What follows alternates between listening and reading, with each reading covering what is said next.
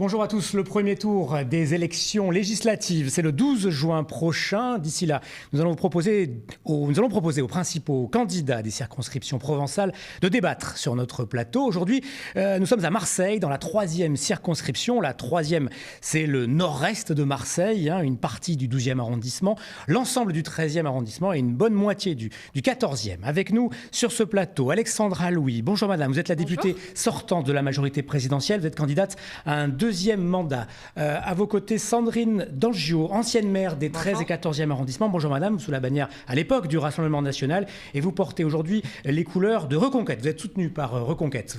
Vous êtes également conseillère départementale. Madame Lelouis, le RN est là également avec vous madame, puisque vous êtes conseillère municipale élue dans les 13e et 14e arrondissements. Et vous portez, vous, les couleurs du Rassemblement national, on vient de le dire. Enfin, Mohamed Ben Saada, candidat. Bonjour. Bonjour monsieur, vous êtes candidat de la Nouvelle Union populaire, écologique et sociale et vous venez de la France insoumise. 40 minutes de débat, on va essayer de tenir dans ce chrono un petit peu court avec un temps de parole mesuré pour chacun. Je vous tiendrai au courant de la situation où vous êtes en avance ou en retard au fil des questions. Alors les règles sont simples, vous avez le droit de vous répondre, c'est un vrai débat et nous vous demandons en revanche de laisser parler vos adversaires. On va essayer d'éviter la cacophonie. Avec moi sur ce plateau, Sylvain Pignol, journaliste politique à la Provence. Bonjour Sylvain. Nous allons donc tout faire pour que les idées puissent se confronter au mieux. Nous sommes en direct sur la page Facebook de la Provence et sur laprovence.com. Et demain, compte rendu intégral de ce débat dans les colonnes de la Provence, une page spéciale. On va commencer Sylvain par le premier thème de ce débat, la sécurité. La sécurité, évidemment, puisque cette circonscription recoupe une bonne partie des quartiers nord de Marseille, où malheureusement les règlements de compte forment un triste et morbide décompte. Alexandra Louis, vous êtes la députée sortante et à ce titre membre de la majorité présidentielle depuis 5 ans. Est-ce que vous pensez que Emmanuel Macron et le gouvernement ont tout fait pour endiguer cette violence qui endeuille les quartiers nord de Marseille ? Depuis 5 ans, avec le gouvernement, nous avons cherché des solutions concrètes pour la sécurité des Français et évidemment des Marseillais. Et vous l'avez dit, il y a une spécificité Marseille, c'est qu'on a un trafic de stupéfiants qui est dans des proportions extrêmes par rapport au reste du territoire français. Et c'est de cette situation qu'on est parti pour faire de Marseille un véritable laboratoire en matière de lutte contre le stupéfiant. Et notamment ce qui est mis en place sur le terrain par la préfète de police, sous l'œil évidemment du ministre de l'Intérieur Gérald Darmanin et du président de la République, c'est une stratégie de harcèlement des trafics. C'est-à-dire qu'il y a des opérations de police au pied d'immeubles sur les points de ville, mais aussi une accélération et une montée en puissance dans le démantèlement des réseaux avec un travail d'investigation. Et il y a une mesure qui est importante également, c'est de sanctionner les acheteurs. Et on a voté un texte important à l'Assemblée nationale, c'est l'amende forfaitaire délictuelle, parce que s'il n'y aurait pas de trafic, s'il n'y avait pas d'acheteurs, et moi je suis atterrée de voir parfois sur le terrain des gens traverser la ville, parfois même avec des enfants, pour aller acheter du cannabis ou je ne sais quelle autre drogue dans les quartiers nord de Marseille. Ensuite, ce qui est important aussi, c'est aller plus loin en matière de stupéfiants. Et moi je vais prendre une chose, c'est de s'attaquer au trafic avec l'argent des trafics. Il faut qu'on monte en puissance sur l'aspect financier. Pourquoi les délinquants s'engagent dans le trafic de stupéfiants ? Parce qu'ils gagnent beaucoup d'argent. Et je vous dire, j'étais avocate, je peux vous dire une chose, ce que craignent le plus les trafiquants, c'est pas tant la prison, parce qu'on a une juridiction particulièrement répressive à Marseille, c'est qu'on confisque, c'est finalement perdre le fruit de leur délit ou de leur crime. Alors je dis, il faut aller saisir plus systématiquement, monter sur les investigations sur le blanchiment, mais aussi traquer le circuit financier pour faire en sorte de saisir, mais aussi de redistribuer, je pense notamment aux services de police, aux services judiciaires, mais également aux associations du territoire. L'argent doit revenir au territoire. Vous parliez de laboratoire. Est-ce que Mohamed Ben Saada, vous, au nom de la NUPES, est-ce que c'est un vocabulaire qui vous intéresse ? Est-ce que c'est comme ça qu'on peut endiguer cette violence dans les quartiers nord ? Évidemment non, parce que je considère les citoyens de notre circonscription, mais plus largement les citoyens du territoire français dans leur globalité, non pas comme des cobayes, mais comme des citoyens à part entière. Donc on n'expérimente pas des choses qui ont déjà été essayées par ailleurs. J'entends le discours très volontariste de Madame Louis, effectivement, sur ce qui a été fait ou pas fait par Emmanuel Macron et son gouvernement, notamment dans nos quartiers. Mais la réalité, c'est que c'est des solutions qui sont préconisées, prônées depuis des décennies. Et je répéterai entre guillemets ce que dit Einstein, la folie, c'est toujours mettre en place les... Mais bien sûr que si, madame. Bien sûr, aucune différence avec ce qui a été... Si vous permettez, je vous ai laissé... Je vous ai écouté religieusement, voilà, on va essayer... On fait comment? On augmente la sécurité. Pour nous, c'est une approche globale. Ça n'est pas juste la délinquance. On a mis en place l'approche globale justement depuis 5 ans. On va pas y arriver. Je vous en prie. On va pas y arriver. Ça va être compliqué. On redonnera la parole un peu plus tard, et puis il y a encore 2 autres candidates. La sécurité, nous, on en a une approche holistique, c'est-à-dire qu'en réalité, la sécurité, on ne traite pas des symptômes, on doit traiter les causes. Et traiter les causes, ça veut dire que en termes de sécurité, il faut s'attaquer aussi à la sécurité de l'emploi, à la sécurité du logement, à la sécurité sanitaire, à la sécurité du cadre de vie. Si on ne fait pas ça, et effectivement, les habitants de notre circonscription peuvent constater de visu, malgré tous les beaux discours qu'on entend par ailleurs, que leurs conditions de vie se détériorent progressivement d'année en année. Alors oui, effectivement, il faut renforcer les moyens de la police judiciaire et des magistrats. Je suis d'accord avec Madame Louis, parce qu'il faut absolument démonter les circuits financiers. Mais pas que. Il y a d'autres solutions qui sont préconisées. D'ailleurs, nous, on est extrêmement cohérents là-dessus. On ne va pas faire le débat sur la légalisation du cannabis, par exemple, mais nous, on est en totale cohérence avec ça. Et on l'assume. Par contre, dans la majorité présidentielle, M. Macron est d'accord pour ouvrir le débat quand c'est hors période électorale. Il ne l'est plus quand c'est en période électorale. Dans la majorité présidentielle ici à Marseille, je ne connais pas vraiment la position de Mme Louis à ce sujet, mais je sais que M. Saïd Hamada, est pour, par exemple. Donc nous, en termes de cohérence par rapport à ça, bien sûr que si. Je vous promets que c'est vrai. Il l'a dit en public, j'étais présent ce jour-là. Donc après, vous pouvez me dire que c'est faux, mais on ne va pas jouer à qui ment ou qui ment pas, madame. On continue notre tour de table. Vous parlez d'une approche globale. Sandrine Dangiot, vous, l'approche globale, c'est quelque chose qui vous parle, ou est-ce que pour vous, la seule solution, c'est plus d'effectifs de police dans les quartiers nord de Marseille pour accentuer la répression? Aujourd'hui, l'hyperviolence à Marseille et partout en France, elle est grandissante. Pas plus tard qu'il y a quelques jours, on parle de trafic de drogue, mais il y a des parents qui se font agresser aux abords des établissements scolaires, comme à Sévigné, violemment poignardés. C'est des agressions tous les jours. On risque de perdre la vie pour avoir refusé de donner une cigarette, pour avoir eu un regard de travers, ou tout simplement pour avoir été au mauvais endroit au mauvais moment. Donc aujourd'hui, oui, il faut bien évidemment... Sur certains de ces faits, il y a des problématiques psychiatriques aussi. On n'est pas bien évidemment, mais pour tout ce qui est trafic de drogue, on sait aujourd'hui, les forces de l'ordre savent très bien où est-ce qu'il faut agir. Il faut juste augmenter les effectifs de police. Alors j'entends, on a enfin un commissariat qui va voir le jour dans le 13e arrondissement, et je m'en réjouis puisque depuis 2014, nous le demandions. Il y a des effectifs aussi qui vont arriver de police supplémentaires sur Marseille, mais ça rattrape juste le retard que Marseille a dans ce domaine depuis de nombreuses années. Donc aujourd'hui, oui, il faut plus d'effectifs de police, mais il faut leur donner aussi les moyens de pouvoir agir, et il faut aussi les soutenir moralement quand ils agissent justement pour démanteler des trafics de stupéfiants. Il faut les soutenir moralement en leur donnant la présomption d'innocence, justement, de légitime défense, quand ils utilisent une arme face à un individu qui aurait commis un acte irréparable. Alors ça, c'est une des propositions du candidat qui vous soutient, Éric Zemmour, enfin de l'ancien candidat qui vous soutient, Éric Zemmour. C'est pas le candidat Éric Zemmour qui parle, là c'est Sandrine Dangiot, l'élu de cette circonscription et qui connaît le territoire. Qui se rapproche aussi de ce que le Rassemblement national propose. Est-ce que pour vous, c'est la même question qu'à Madame Dangiot, est-ce que pour vous la seule solution et la seule réponse possible, c'est l'augmentation des effectifs de police nationale? Exactement, leur donner un maximum de 7000 postes de policiers, au moins. Il faut leur donner les moyens et psychologiques, parce qu'ils sont très, très atteints par justement ce problème. Quand ils agissent en légitime défense, il faudra avoir la présomption d'innocence. Il faut leur donner des moyens matériaux et financiers, donc et législatifs. Et après, on part sur la justice, où il faut taper, c'est le cas de le dire, sur les délinquants, rétablir les peines de plancher. Il faut supprimer la possibilité de réduction et d'aménagement de peine. Alors, vous parliez de 7000 policiers. À l'échelle de Marseille, ça représenterait combien pour vous de policiers nécessaires? Il en faudrait au moins 700 de plus. Hein. Il faut vraiment du monde, au moins, minimum, pour moi, je pense. Si je peux me permettre, et pour qu'on puisse sortir de l'incantation et de l'imprécation, il faut absolument sortir de la logique des effectifs. C'est pas ça que demande la police nationale. Moi, sans caricaturer la position de la NUP, s'agissant de la police et de son travail sur le terrain, on veut que la police redevienne ce qu'elle n'aurait jamais dû cesser d'être, c'est-à-dire un service public, tout simplement, un service public de proximité, au contact des habitants, des associations, bien renseignés, bien dotés, bien formés. C'est ça dont ont besoin les citoyennes et les citoyens pour que effectivement dans nos quartiers la tranquillité publique redevienne une réalité. À continuer toujours la surenchère sur les effectifs, on voit bien que c'est le diaphorus qui se penche sur le malade sans avoir de solution. Alors, parlant de tranquillité publique, je prends un exemple concret dont la Provence s'est fait écho récemment. Comment on lutte contre les barricades qui sont parfois installées à l'entrée de certaines cités, qui sont érigées par les trafiquants et qui enferment les habitants dans leur propre quartier? Alexandra Louis. Oui, je vous remercie. D'abord, je veux revenir sur un point. Oui, il faut protéger nos policiers, on a voté beaucoup de textes. Oui, il faut avoir des sanctions qui tombent.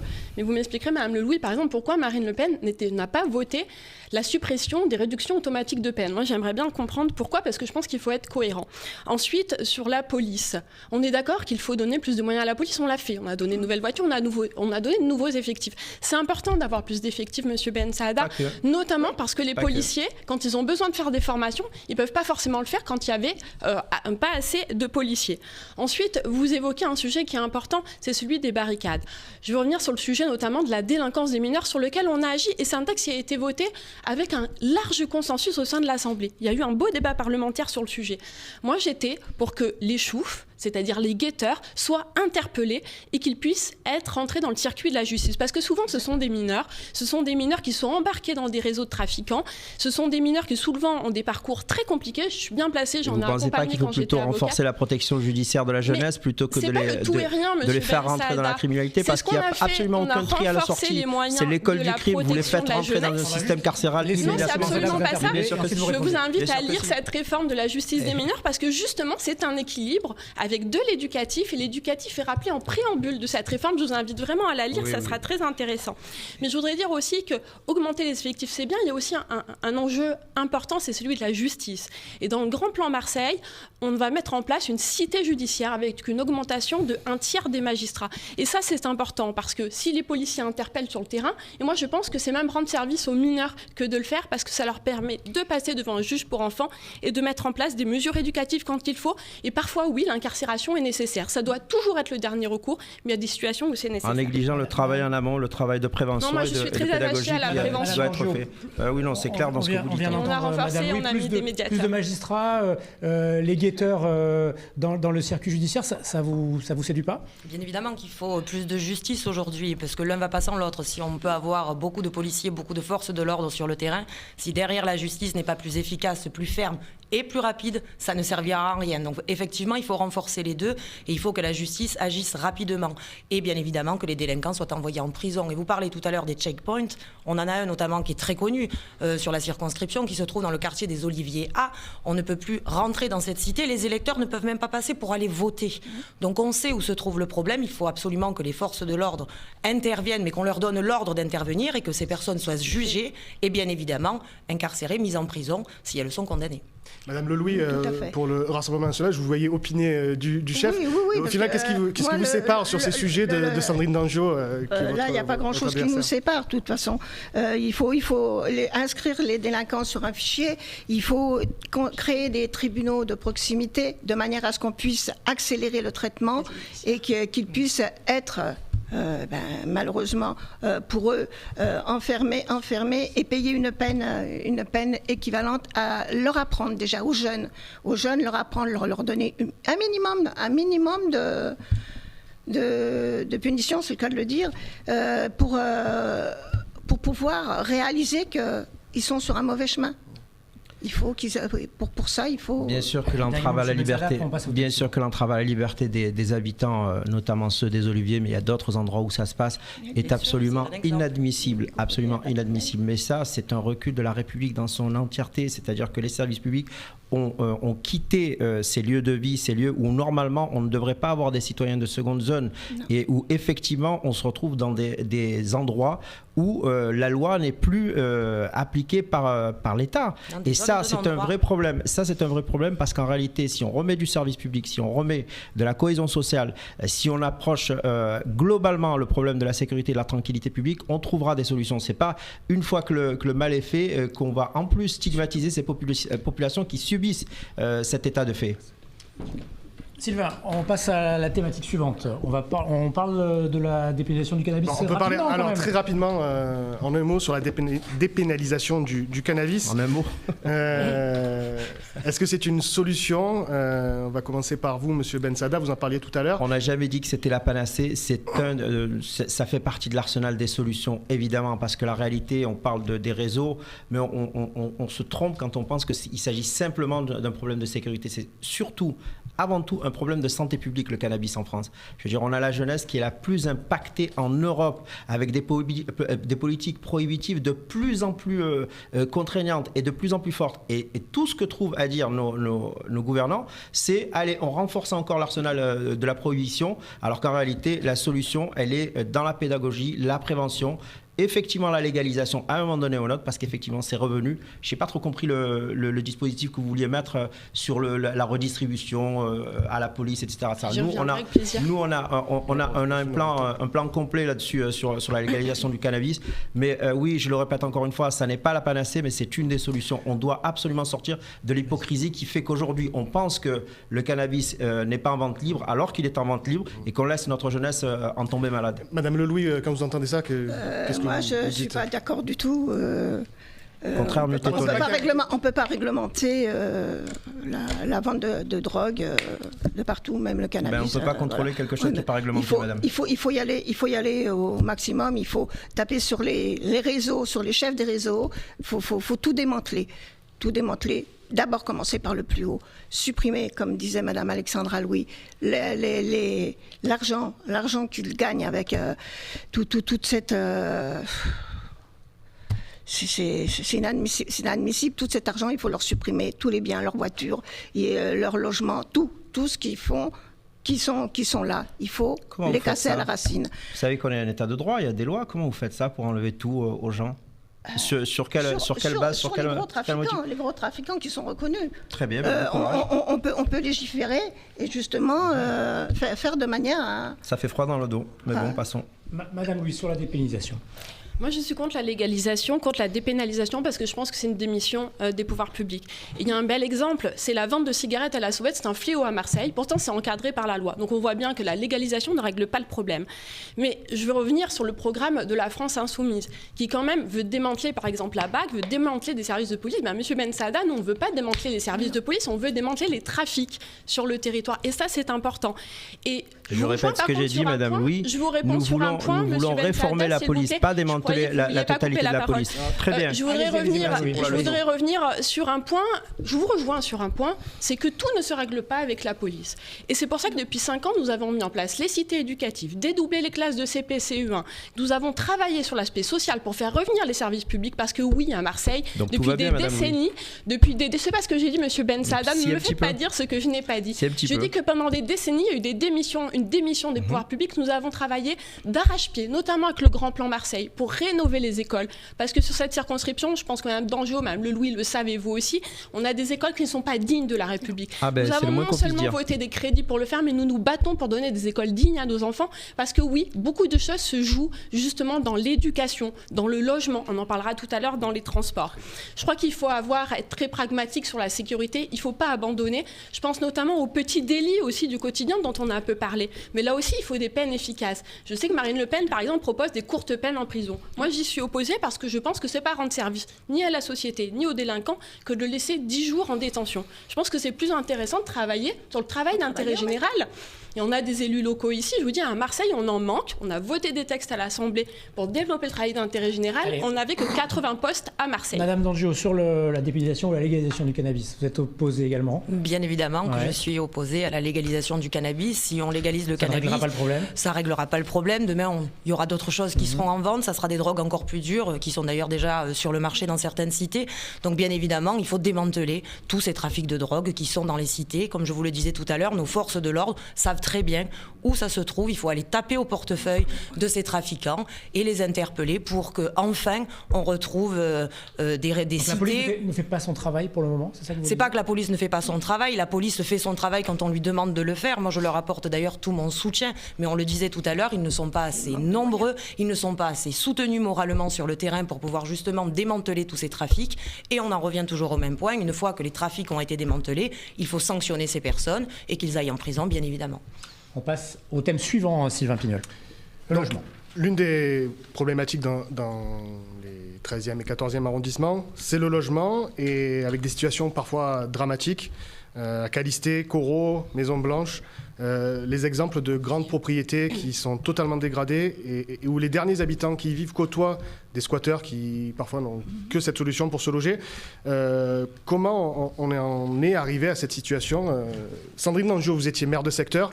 Est-ce que cette question, ça vous préoccupait quand vous étiez maire de secteur? Allez-y, vous avez un peu de temps de retard. Bien évidemment, moi j'ai été maire en 2017, mais dès 2014, nous avons alerté les différentes personnes aux responsabilités sur l'état déplorable de certaines résidences, copropriétés, voire même logements sociaux qui sont dans des états insalubres aujourd'hui. Nous avons alerté sur le campus dans le quartier du Merlan. Notamment ceux de Maison Blanche, à qui vous avez répondu. Bien évidemment, M. Ben Saada. Moi, je me suis rendue à Maison Blanche. Dans leur pays, alors non, ne me faites pas dire ce que je n'ai pas dit, M. Ben Saada. J'étais également aux côtés des habitants de Maison Blanche quand il y a eu l'incendie. Évidemment. Et effectivement, j'ai essayé avec eux de trouver des solutions. Donc oui, je reviens à votre question. Oui, bien évidemment. D'où votre action matin, midi et soir, Madame Dangiot. Si vous me laissiez parler, M. Ben Saada, ça serait sympathique. Je vous remercie. Très bien. Nous avons alerté bien évidemment les pouvoirs publics, notamment donc sur la résidence étudiante qui n'a plus que le nom aujourd'hui malheureusement, le campus dans le quartier du Merlan, qui réunit tous les problèmes de l'habitat indigne. Parce que bon, il y a l'habitat indigne, le bâti effectivement. Malheureusement, je regrette qu'on ait dû attendre, que les pouvoirs publics aient dû attendre les effondrements de la rue d'Aubagne pour s'en soucier vraiment, pour prendre à bras le corps ce dossier. Faux. Mais il ne faut pas regarder l'habitat indigne qu'au niveau du bâti. Il y a aussi énormément de problèmes au niveau de ces copropriétés, notamment au niveau des squatteurs. Les squatteurs qui s'installent et qui aujourd'hui, on a beaucoup de difficultés à les expulser de ces logements et qui rendent a fortiori, ces résidences, des résidentes dites indignes où les gens ne veulent plus habiter. Les squatteurs entraînent ensuite les trafics de drogue, etc. Et l'habitat indigne, c'est aussi l'habitat où les Marseillaises, les Marseillais achètent un appartement avec leurs petites économies, justement pour se faire une petite retraite. Et au moment où ils veulent vendre leur logement, ils se retrouvent face à un logement qu'ils doivent brader. Parce que justement, suite aux squatteurs, suite au trafic de drogue, la valeur de leurs biens a perdu énormément. Donc voilà, l'habitat indigne, il faut vraiment s'en occuper dans sa globalité, c'est-à-dire rénover les logements. Je crois qu'aujourd'hui, on compte plus de 40 000 logements indignes sur Marseille. Donc rénover l'ensemble de ces logements, mais aussi traiter les problèmes à la source et aider, par exemple, les propriétaires à pouvoir expulser les squatteurs plus rapidement qu'on peut le faire aujourd'hui. On va la parole, Madame Louis, dans quelques instants, parce que vous avez rendu des rapports sur les problématiques du logement. Vous avez également un petit peu de temps de retard, Madame Louis, sur le logement et sur les problèmes qu'on vient d'évoquer. Pardonnez-moi, Madame Le Louis, excusez-moi. Oui, Madame Le Louis, Madame Louis, pardonnez-moi. Effectivement, c'est un lapsus. En général, c'est un lapsus que l'on me fait assez souvent. Voilà. Donc, oui, non, il faut le renouvellement, il faut faire le renouvellement, comme on dit, le grand plan sur Saint-Barthélemy, Frévalon, La Rose. Vous avez le petit séminaire et le Grand Malpasset. C'est un bienfait de vouloir réhabiliter tout ça, mais on voit que malgré les rénovations, il y a certaines cités qui malheureusement repartent. Là, on est sur la rénovation urbaine d'ensemble détenus par des bailleurs, des grands bailleurs. Tout à fait. Donc il y a une opération à faire dessus, en plus du renouvellement. On remet les écoles en état, on remet toutes les annexes de mairie, tout ce qui est maison pour tous et tout ça en état. Madame Louis, vous étiez adjointe de Madame Dangiot. Qu'est-ce qui s'est passé pendant ces 5 ans de mandature? Tout ce que vous nous dites là, ça vous n'avez pas pu le faire? En tant que maire de secteur et adjointe, on peut dénoncer, mais nous n'avons pas tous les pouvoirs en tant que mairie de secteur. Ce qu'il y a, c'est le travail de la mairie centrale, après le travail de la métropole. Et il faut travailler tous ensemble. Et le travail est à faire, un gros travail à faire. Donc remettre tous les espaces publics, tout en... Après, on voit que l'incivilité est toujours là. Donc redégradation, et vous avez des tags de partout, vous avez comme disait Madame Dangiot, les squatteurs, vous avez les groupes, les dealers, il y a tout qui se remet, donc c'est là-dessus qu'il faut jouer. pour pouvoir rétablir, il faut jouer dessus.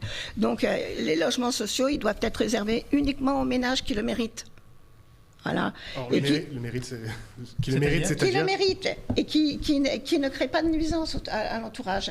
Il y a les locataires, il y a une charte qu'on pourrait faire, quand on loue, les bailleurs sociaux, quand ils louent, ça existe déjà, une charte. Madame Le Louis. Oui, elle existe.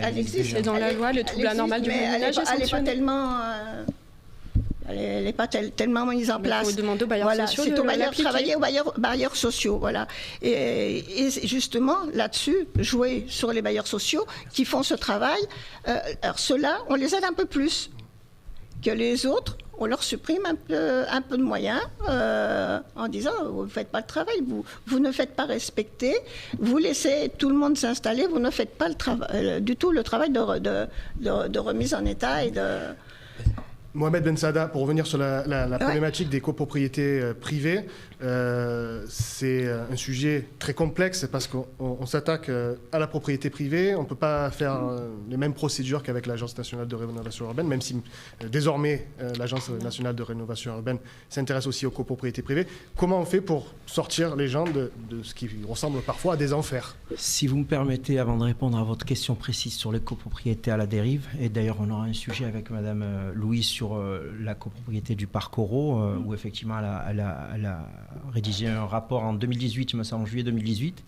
Moi, j'y ai habité jusqu'à 89, donc j'aurais 2 mots à dire là-dessus.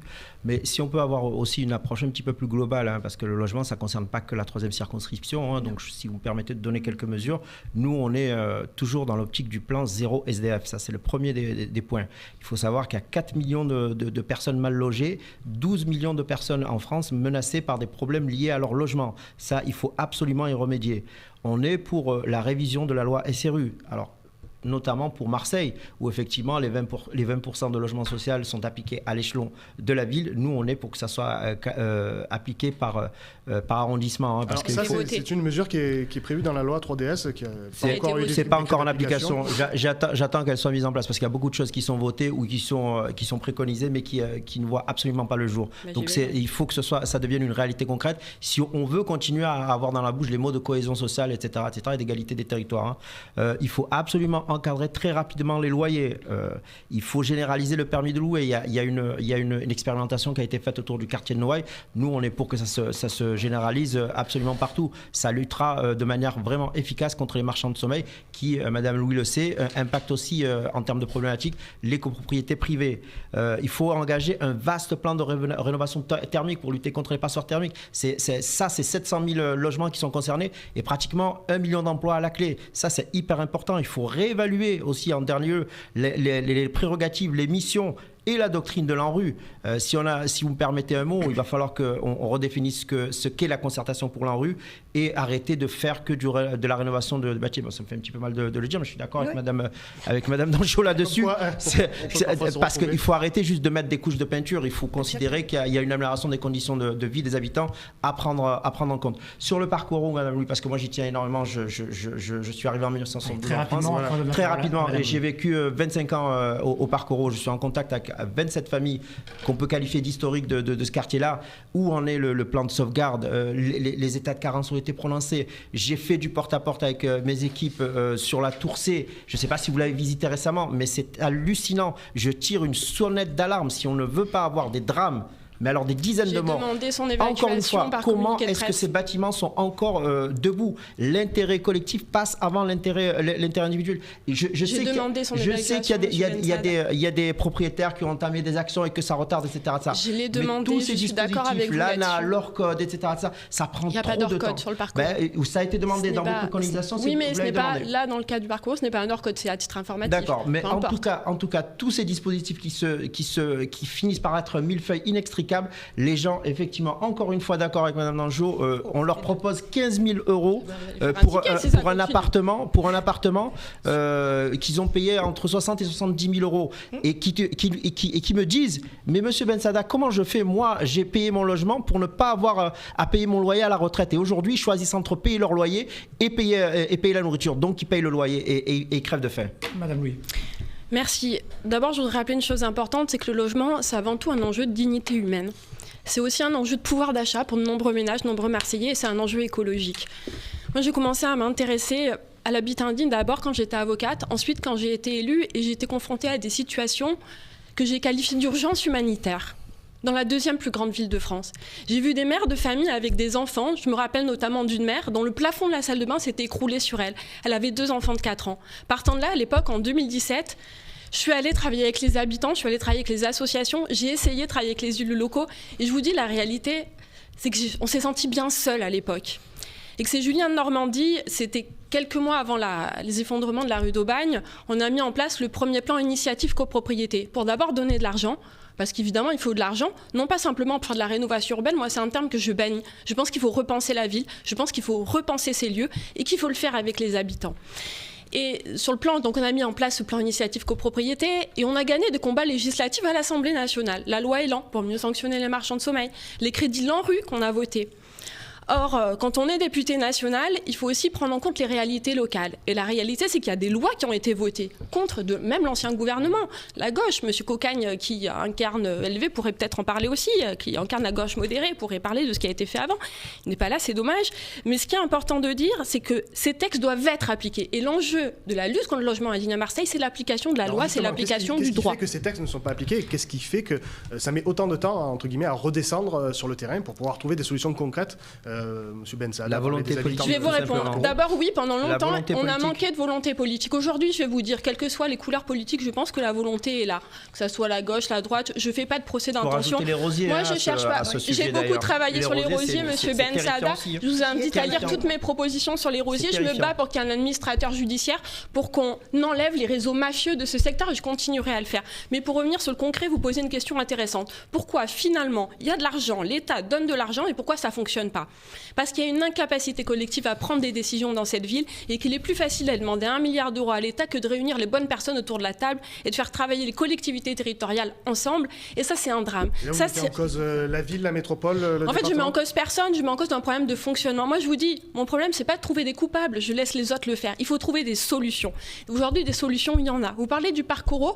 Moi, ce que je regrette, c'est qu'il y a des fonds, il y a une méthode. Moi, je suis pas toujours informée de ce qui se passe. C'est vrai sur le parcours eau, malheureusement, sur les décisions, je suis pas décisionnaire. Parce que quand on est député, on peut contrôler ce qui se passe sur le terrain.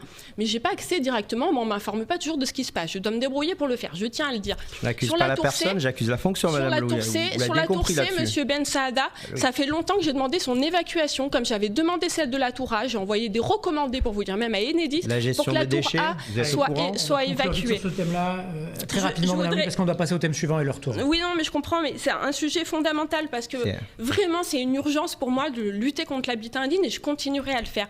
Je pense aussi qu'il faut penser plus largement la question du logement. On ne peut pas s'intéresser au logement sans éluder la question des transports dont on parlera, des infrastructures, des écoles et du reste. Ce qu'il faut faire à Marseille, c'est penser le cadre de vie. Oui, on manque de logement social à Marseille, mais il faut construire mieux. Il faut qu'on sorte de cette logique de précipitation. Moi, je vois des noyaux villageois, Sainte-Marthe, Château-Gombert où on bétonne à mort, parce que finalement, on n'a pas de logique globale sur la ville de Marseille. Il faut penser la ville dans sa globalité et surtout, et je terminerai par là, il faut la construire avec ses habitants. Et ça, c'est important. Juste un dernier mot sur la municipalité. La majorité actuelle a quand même donné comme priorité dans le Grand Plan Marseille, a mis en priorité les quartiers nord, notamment sur le transport et le logement. Par contre, Madame Vassal, qui soutient M. Macron aujourd'hui, fait tout pour que l'argent soit redistribué autrement, y compris Madame Nanger, vous êtes un petit porte. Vous pouvez ajouter quelque chose ou on passe au thème suivant? C'est comme vous voulez. Non, je disais que oui, effectivement, le plan Marseille en grand avait été orienté vers les quartiers nord, mais pas vraiment vers les noyaux villageois. Et effectivement, je vous rejoins sur un point, il y a eu une bétonisation à outrance dans nos quartiers, et notamment dans la 3e circonscription, où on dépasse dans le 7e secteur largement le pourcentage imposé de logements sociaux, puisqu'on en a plus de 40%. Donc je pense qu'il faut arrêter de bétonner nos quartiers, nous laisser nos espaces verts que nous avons encore, et effectivement, quand on parle de construction, il faut construire des projets d'ensemble avec les équipements publics qui vont avec, les routes, les transports, les écoles, les crèches, les stades, les piscines, enfin tout ce qui manque aujourd'hui à Marseille. Je suis entièrement d'accord sur ce que vient de dire Mme Dangeau. Vous êtes à Reconquête, Mme Dangeau? Moi, je suis à Marseille d'abord, M. D'accord, Bensada. très bien, non, parce que je ne sais pas trop là, mais bon, c'est pas grave. Voilà. Oui, je suis d'accord avec Mme Dangeau. Il faut aussi penser aux noyaux villageois qui, eux, sont laissés à l'abandon malgré tout. On commence à leur construire aussi des immeubles et des résidences à Château-Gontier, mais le centre même des noyaux villageois, vous avez quand même des petits propriétaires qui ont besoin, ça commence à se dégrader, il faut pouvoir les aider. Il faut pouvoir justement mettre l'argent qu'on met dans la politique de la ville, on peut la reporter sur les noyaux villageois. Allez, on attaque le troisième thème. On en parlait à l'instant, les 13e, 14e, en matière de transport, sont assez peu desservis. On a une partie du 13e avec le métro qui va jusqu'à La Rose, mais pas beaucoup plus. On n'a pratiquement rien dans le 14e arrondissement au niveau des transports en commun lourds. Le plan Marseille en grand d'Emmanuel Macron veut soutenir le désenclavement des quartiers nord via l'action de la métropole qui prévoit désormais un tramway pour aller jusqu'au Merlan à horizon 2030, peut-être un peu plus tard. Il était temps, on a envie de dire, Alexandra Louis. Oui, il était temps parce que dans cette ville, on a plus de 40 ans de retard. Et finalement, les transports, c'est un révélateur des fractures de notre territoire à Marseille, notamment entre le nord et le sud. Et je crois que précisément, ce sont les transports qui peuvent faire le lien. Parce que vous avez aujourd'hui, sur ce secteur, mais ailleurs d'ailleurs, des personnes qui renoncent à un emploi pour des questions de transport. Et ça, c'est pas admissible parce que ça assigne un certain nombre de personnes à domicile. Je pense à des enfants, j'assiste souvent aux soutenances du rapport de stage 3e.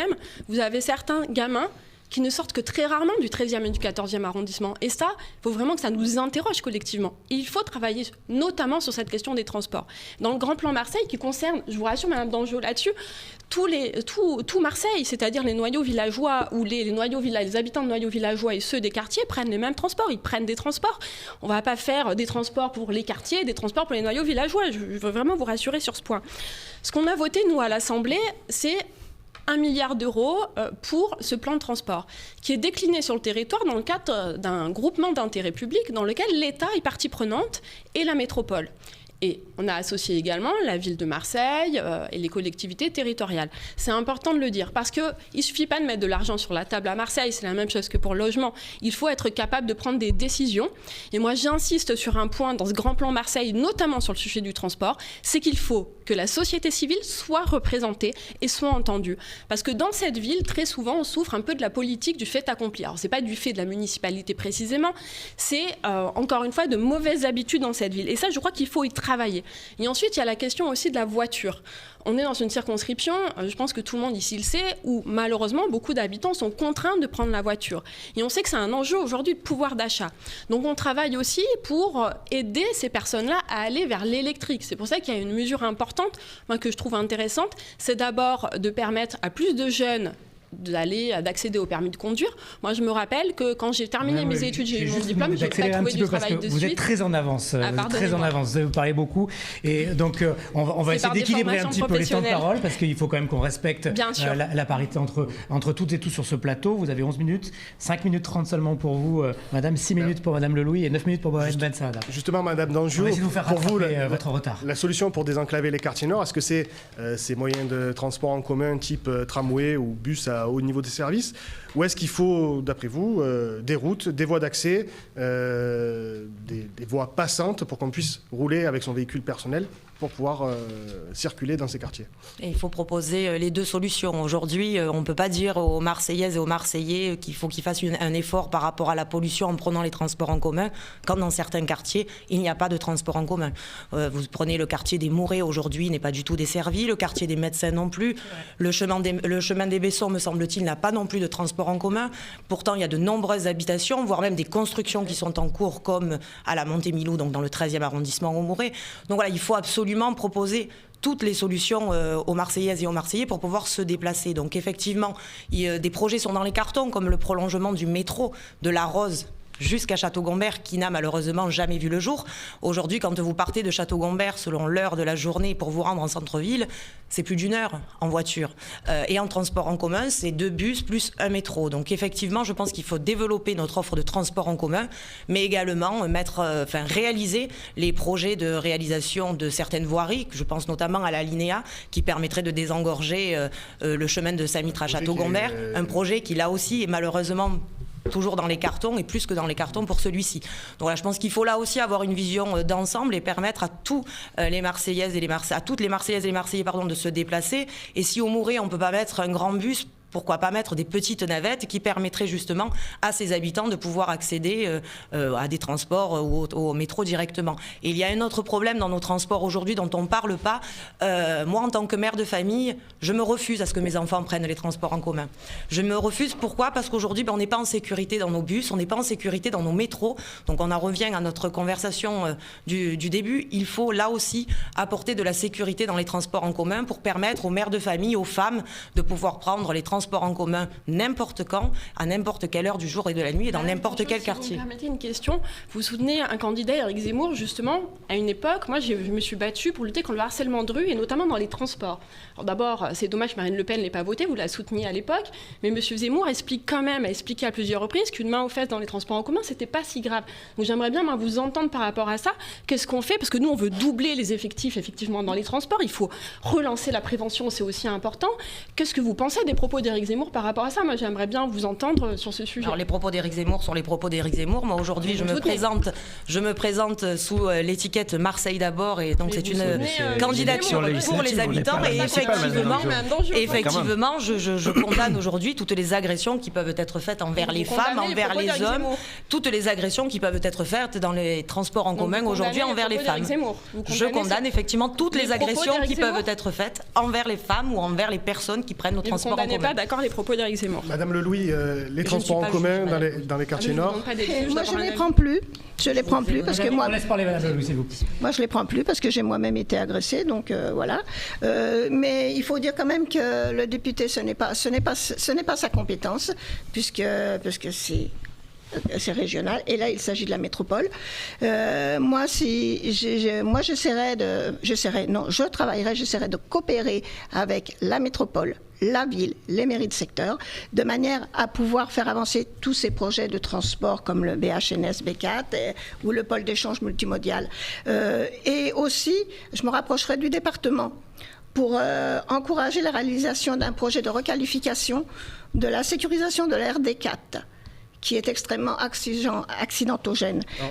Pour qu'on puisse bien situer, c'est... Alors, c'est le chemin de Saint-Joseph, Sainte-Marthe, c'est tout l'ensemble qui va jusqu'au Merlan.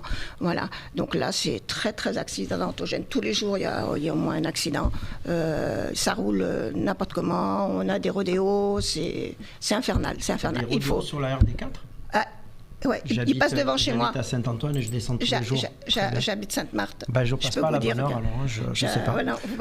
Un rodéo, c'est tous les soirs. D'accord, je passe souvent le soir, Madame Lelouis. Enfin bon, bref. Mohamed Ben Saada, le plan Marseillais en grand, ce désenclavement des quartiers nord par on va essayer de sortir de tramway. la municipale 2026 2 minutes, se reconcentrer sur la législative, qui est quand même Justement, le plan Marseillais en grand, c'est une action menée directement par le président de la République. C'est très bien de focaliser. Moi, je suis à l'écoute des besoins et des aspirations des Marseillaises et des Marseillais, mais on se présente devant l'ensemble des Françaises et des Français.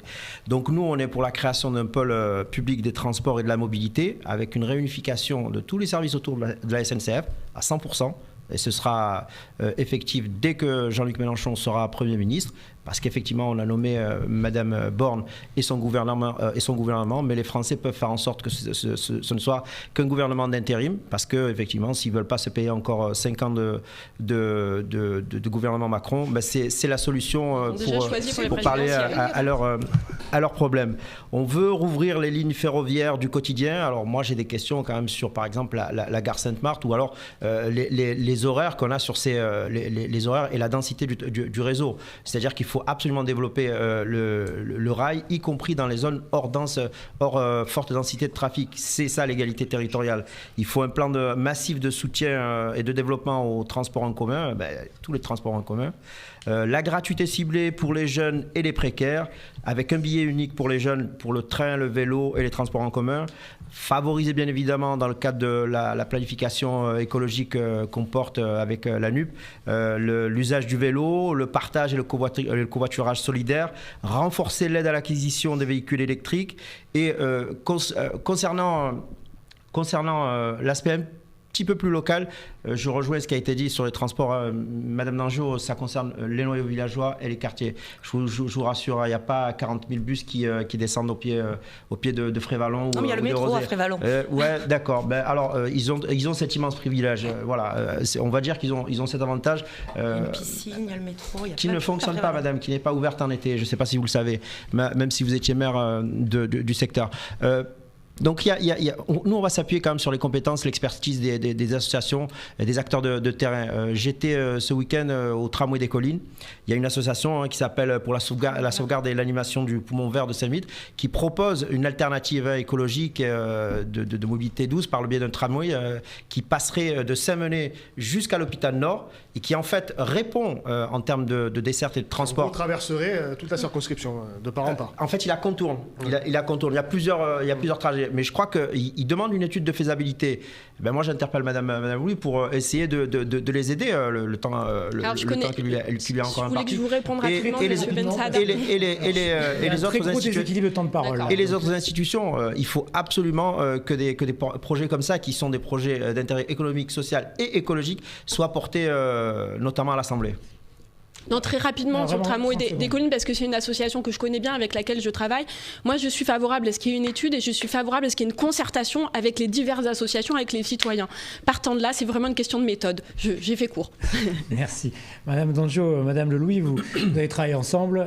On voit sur ce plateau globalement que vous avez à peu près la même façon de voir les choses. Pourquoi est-ce que vous n'êtes finalement pas partis ensemble sur cette législative ? Poser la question aux responsables du Rassemblement national, j'ai envie de dire aujourd'hui.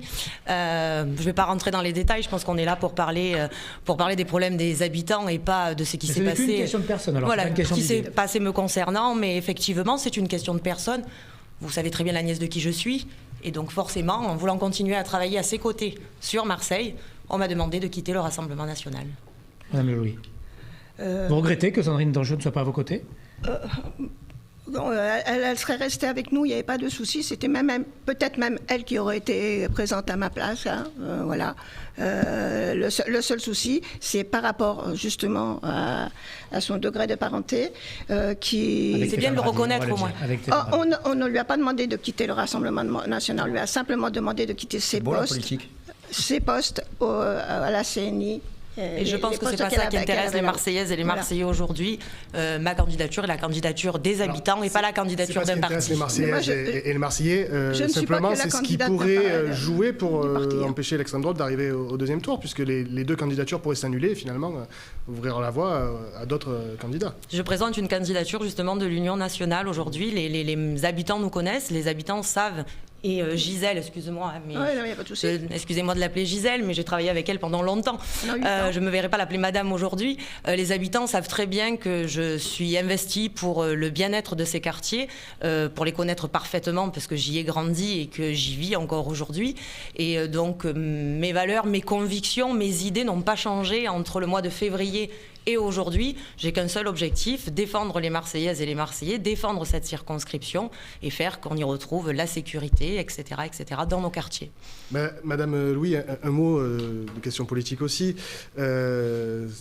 En fin de semaine dernière, sur les réseaux sociaux, votre suppléant, Gérard Blanc, a qualifié Mohamed Ben Saada de candidat d'extrême gauche, semblant renvoyer l'extrême gauche et l'extrême droite dos à dos, sans mesure. On dirait, est-ce que vous réitérerez ce qualificatif à l'égard de votre adversaire ? Même pas au courant. Ah ben voilà, non, je vais vous répondre. Le paysage politique s'est transformé et moi, l'union de M. Mélenchon, qui se revendique déjà Premier ministre alors que les électeurs n'ont pas encore voté, je pense que c'est un accord d'appareil et que finalement c'est un peu le mariage de la carpe et du lapin, parce que finalement, quand on parle par exemple d'Union européenne, la France insoumise veut imploser l'Union européenne de l'intérieur. Et c'est un peu le cas aussi de l'extrême droite. Donc oui, ces candidats se retrouvent. Il y a d'autres candidats qui ne sont pas là. Vous avez un candidat LR qui se présente aussi. Moi, je comprends que la configuration du plateau plateau ne permettait pas de les inviter. Il y a M. Cocagne qui est l'ancien président de ELV, qui se présente aussi sur cette circonscription. Moi, je pense que c'est bien que plusieurs partis soient représentés dans une élection, parce que je me suis toujours battue pour le pluralisme politique. Je suis pour qu'il y ait une dose de proportionnel. Je suis pour réformer les institutions pour que les électeurs soient mieux représentés. Sur ce qu'a dit votre suppléant. Mais j'ai répondu, c'est-à-dire que oui, vous avez des candidats aujourd'hui qui sont d'extrême gauche et d'extrême droite, ne leur en déplaise. Je sais que beaucoup ne l'assument pas, mais c'est une réalité. Les candidats modérés de la gauche et de la droite... Je finis ma phrase et je vous laisse parler après. Vous êtes beaucoup en avance, vous avez beaucoup parlé, madame. Je veux juste finir ma phrase. Je dis simplement qu'ils ne représentent pas la gauche historique et ni la droite historique qu'on connaît sur ce que vous appelez l'extrême gauche. Moi, je revendique mon appartenance à la gauche radicale sans aucun souci là-dessus. Je ne sais pas ce qu'est l'extrême gauche pour Madame Louis, et je trouve le jeu que joue Monsieur Macron, le gouvernement et les élus de la REM extrêmement dangereux en termes de république, parce que renvoyer dos à dos la nouvelle Union populaire écologique et sociale, qui est le rassemblement de toutes les forces de gauche, des citoyens et des écologistes, avec l'extrême droite, c'est extrêmement dangereux. Ça nivelle le débat politique, et pardon, excusez-moi, mais vous faites des supputations sur comment est-ce qu'ils vont s'arranger. Nous, on a travaillé de manière démocratique avec nos partenaires, et on a un programme partagé avec 650 mesures qui ont été discutées. Et comme on est extrêmement démocrate, les points de divergence qui ont été souvent cités ne sont qu'au nombre de 30 et seront soumis à la sagesse. Non, pas des moindres, mais parce que c'est des sujets importants, effectivement, ça sera soumis à la sagesse de l'Assemblée, parce qu'on est démocrate et que ce sera tranché à l'Assemblée nationale. Par ailleurs, puisque vous essayez de parler de la carpe et du lapin, excusez-moi de vous renvoyer, qu'est-ce qui lie M. Darmanin et M. Pape Ndiaye dans votre gouvernement? Excusez-moi, à un moment donné, mais non, mais absolument. Qu'est-ce que ça veut dire la modération? Qu'est-ce que ça veut dire la modération? La modération chez vous, madame, la modération chez vous, à La République En Marche, c'est juste, entre guillemets, faire... Si, vous représentez quand même une organisation politique. Comme moi, j'assume de représenter les écologistes, les socialistes. Mais peu importe, madame. J'entends, c'est très bien la stratégie de parler en même temps que celui qui vous interpelle. C'est pas très respectueux des téléspectateurs.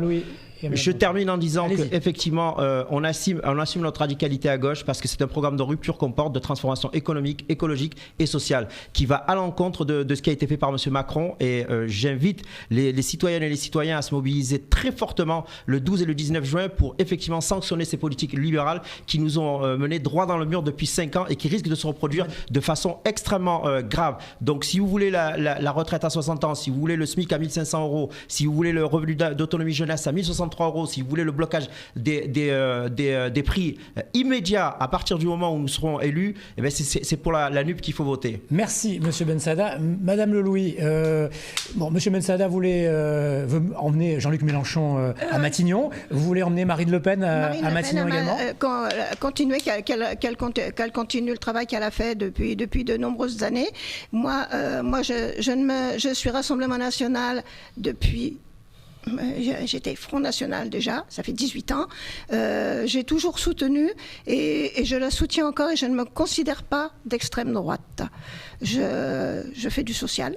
Je suis sur tous les fronts, de manière à ce que tout le monde soit au mieux. Je veux défendre les Français, les Marseillais aussi, mais les Français en général, et je veux pouvoir leur faire obtenir un pouvoir d'achat correct, l'ensemble des choses. Tout ce qui me permettra de travailler à l'Assemblée nationale, je ferai mon travail. Madame Dangeau sait que quand on me confie une tâche, j'essaye d'aller jusqu'au bout. Madame Dangeau, quel est votre objectif au sein de cette élection législative, outre le fait de faire entendre votre voix? C'est faire entendre, surtout, c'est pas ma voix, c'est faire entendre la voix des Françaises et des Français, et en l'occurrence ici des habitants de cette circonscription. Moi, j'en appelle à l'ensemble des électeurs qui sont amoureux de Marseille et qui sont amoureux de la France, pour que la France vive et pour que la France survive, qu'ils n'hésitent pas, à me soutenir lors de cette élection, et je saurai travailler avec l'ensemble des députés qui ont cet amour de la France au cœur et qui veulent se mobiliser pour que la France reste la France. Merci à vous quatre d'avoir participé à ce débat, d'avoir essuyé les plâtres de cette formule de débat que nous allons peaufiner au fil des débats, évidemment. Mais vous étiez là, il fallait bien que vous soyez là pour commencer. Rappelons tout de suite les autres candidats de cette circonscription. Il y a donc Patrick Papard-Lardot pour les Républicains, Jacqueline Grandel pour Lutte ouvrière, Adam Torjman pour le Parti animaliste, Nadia Si Hamed, Elisabeth Saïd, Bruno Coquaigne et Nora Belka-Rouy. Prochain débat, donc mercredi, toujours à 11h en direct sur nos réseaux sociaux et sur laprovence.com. Nous serons toujours à Marseille, cette fois dans la 2e circonscription des Bouches-du-Rhône. Merci de nous avoir suivis, à très bientôt.